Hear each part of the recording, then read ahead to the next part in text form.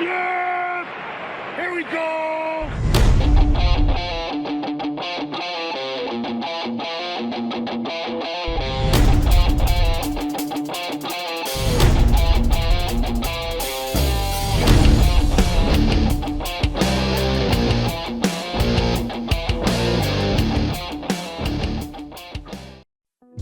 What's going on, Cowboys Nation and Angry Cowboy fans around the world? Y'all know who it is. It's your man, the Angry Cowboys Fan, bringing y'all some more raw and uncut about our Dallas Cowboys. A couple of days ago, RJ Ochoa from Blogging the Boys had an interview with Dallas Cowboys legend Emmitt Smith. There are a few nuggets in that interview, and you know what I had to do? I had to clip them out for you, Cowboys Nation. So let's take a listen to the 3 clips that I got for y'all, and y'all know what we're gonna do. We're gonna come back and unpack this raw and uncut. And I would be remiss if I did not start these clips out with one of the most important messages in this interview. Emmitt Smith's contribution to opioid addiction with Emergent and the Ready to Rescue campaign. So, Angry Cowboys fans, let's go ahead and take a listen to Emmitt Smith. Well, first and foremost, I'm extremely proud to be partnering in with Emergent for the second year in a row to continue to spread awareness around Narcan nasal spray and to help stem the tide of opioid overdoses. As a father of 5, I talk openly to my kids about different things, about putting the drinks down and so forth and on, and making sure they even are keenly aware of opioids, as well as the Narcan nasal spray. So the Ready to Rescue campaign is an initiative to give people an opportunity to be ready for whatever they may encounter. No one knows when or where they may need to utilize the Narcan nasal spray, because most opioid overdoses occur in homes, and they occur in places that most people may not even realize what's going on. And so the lay, spray, and stay part of what we're talking about with the opioid overdoses is extremely, extremely important. What does lay, spray, and stay means? That means if you find yourself in a situation where you walk upon a person that looks lifeless or look to be just napping, but have some calamity or whatever, lay them down on the ground. Give them a dose, if not 2 doses, of the Narcan nasal spray, and stay with them. Make sure you call the emergency 911, get help over as soon as possible to try and help this person revive themselves, because opioids is spreading rampantly around the country. Well, Angry Cowboys fans, y'all may be wondering why I put that clip first, but living in a small town like I do, I hear about overdoses almost every single day, and I feel it is important for people to know about it and to educate themselves. My wife and I, we keep a dose of Narcan nasal spray just in case a neighbor, a friend, or a family member needs it. We are there to help them. So if you or someone you know is suffering from opioid addiction, go to readytorescue.com and learn more about being equipped to help someone in need. And no, I'm not sponsored by readytorescue.com. I'm just personally ready to rescue in my own life, if you feel what I'm saying. But jumping into the second clip that I got for you, Emmitt Smith clears the air and explains the difference between his holdout and what CeeDee Lamb's currently doing. So we're going to take a listen to what I got, and then we're going to come back and talk about it. Roll the clip. Emmitt Smith never held out. First and foremost, let's make that very clear. And I try to make this clear to people, and they still don't get the message. The message is very clear. A holdout, this is something distinctly different between a holdout and what CeeDee Lamb is doing and what I did.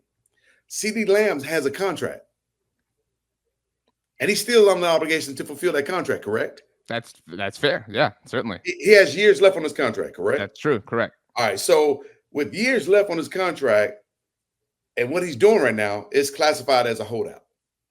I never had years left on my contract. My contract was fulfilled.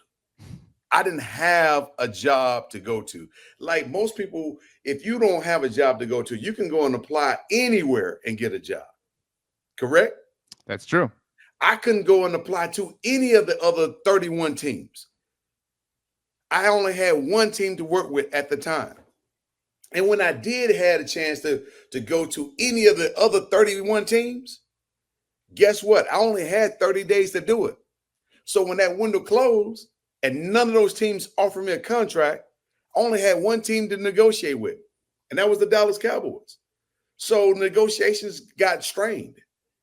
And the reality of the fact is they got strained to the point where I missed the first 2 games because Jerry and I could not see eye to eye. And I had earned the right, like CeeDee Lamb has earned the right and has earned the right and has performed over the last couple of years under this particular contract and performed well for the Dallas Cowboys. It hasn't been a problem. Has been a leader in the locker room and has not had any off the field issues. So that in itself is where we're similar. But the reality of the fact is my contract was done. My obligations to the Cowboys was complete. So to set the record straight, Emmitt Smith was done with his previous contract when he refused to show up for training camp all the way up to the 3rd game of the 1993 season, a season that saw the Dallas Cowboys start 0-2, then go and win the Super Bowl. CeeDee Lamb is technically under contract, but I completely get where he's coming from. The top wide receivers who were in his draft class, they're getting their money. They're getting paid. Why can't he get paid?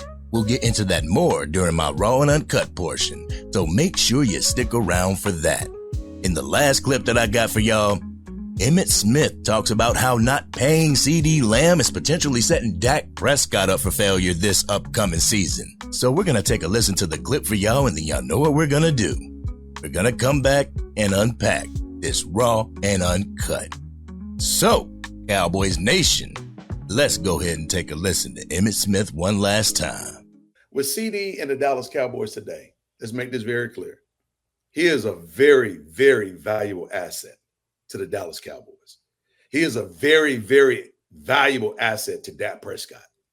Without him on the football field, they're putting all the pressure on Dak Prescott now. And that is unacceptable because every quarterback of his caliber should have quality people to throw the ball to. Not no plan B or no plan C or no plan D guy. He should be in a position as your franchise quarterback. He should be in a position to be successful. And right now you're putting him behind the 8 ball. And that is not right.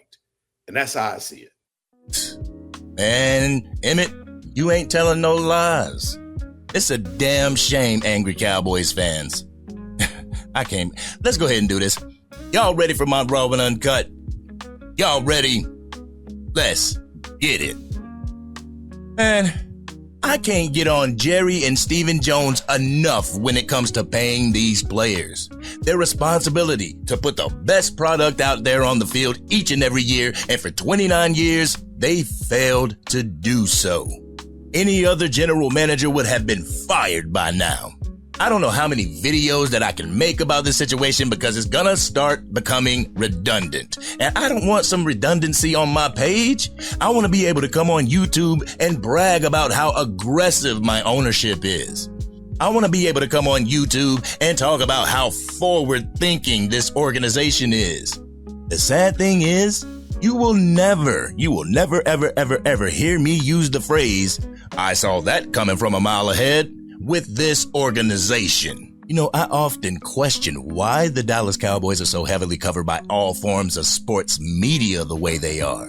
What's the difference between us and somebody like, I don't know, the Cleveland Browns? Just good enough to get to the playoffs to get bounced unexpectedly. Anyhow, Emmitt Smith is 100% correct. CeeDee Lamb is currently under contract, which makes me feel as if this holdout is going to go into the regular season.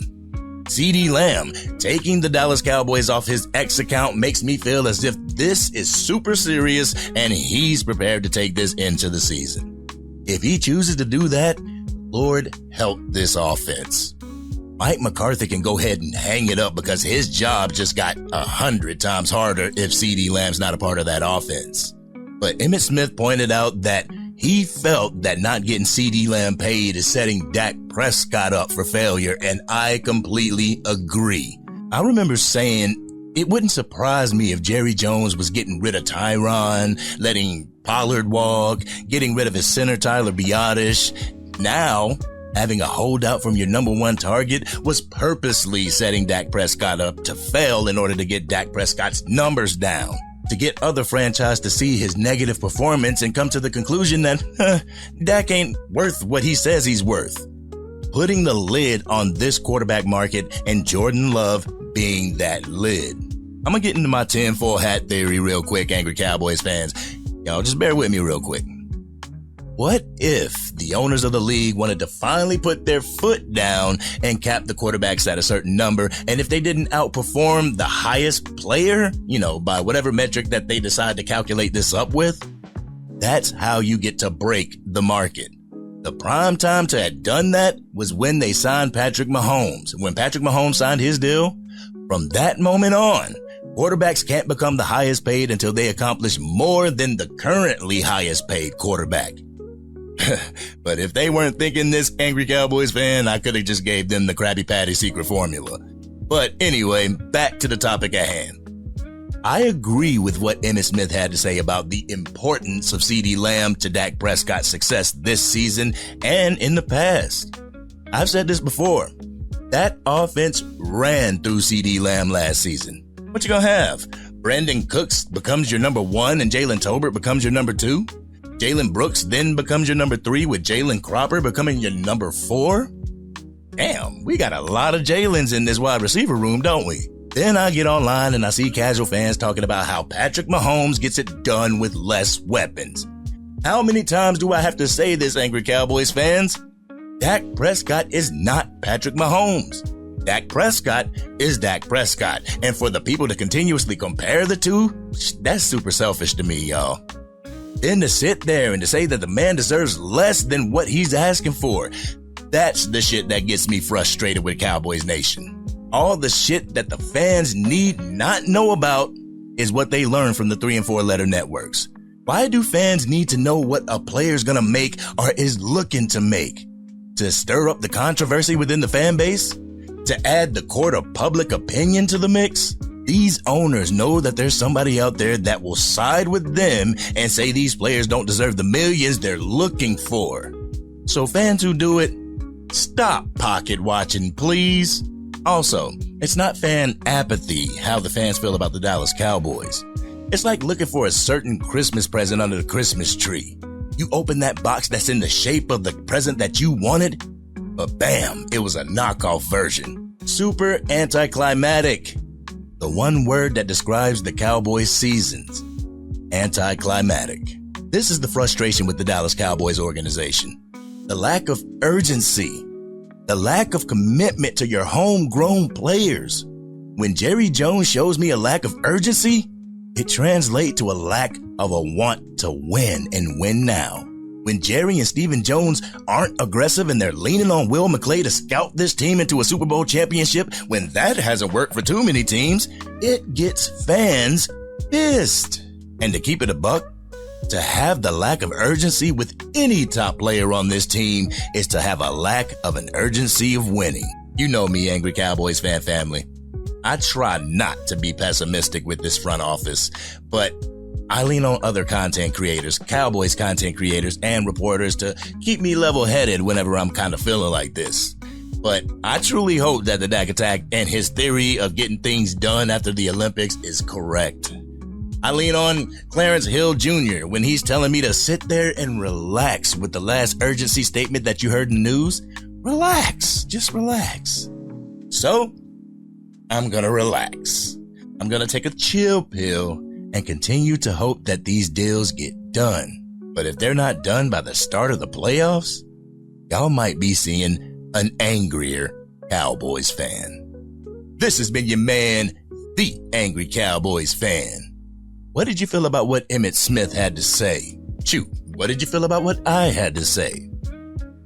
Let's have an adult conversation in the comment section.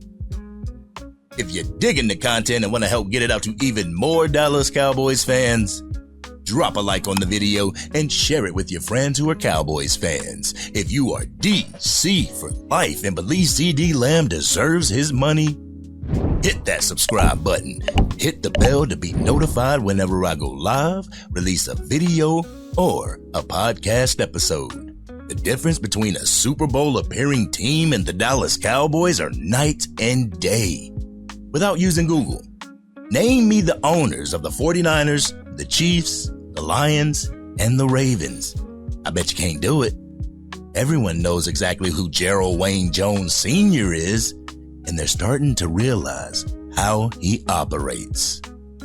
This has been your man, the Angry Cowboys Fan, and I'm out.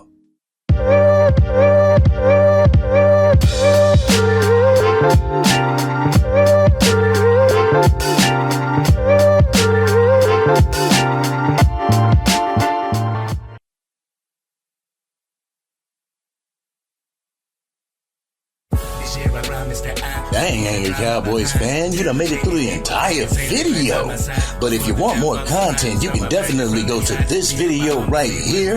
Or if you want the latest episode of the Angry Cowboys Fan podcast, you can go right here. But whatever you do, like, share, and subscribe to the channel, but remain DC for life.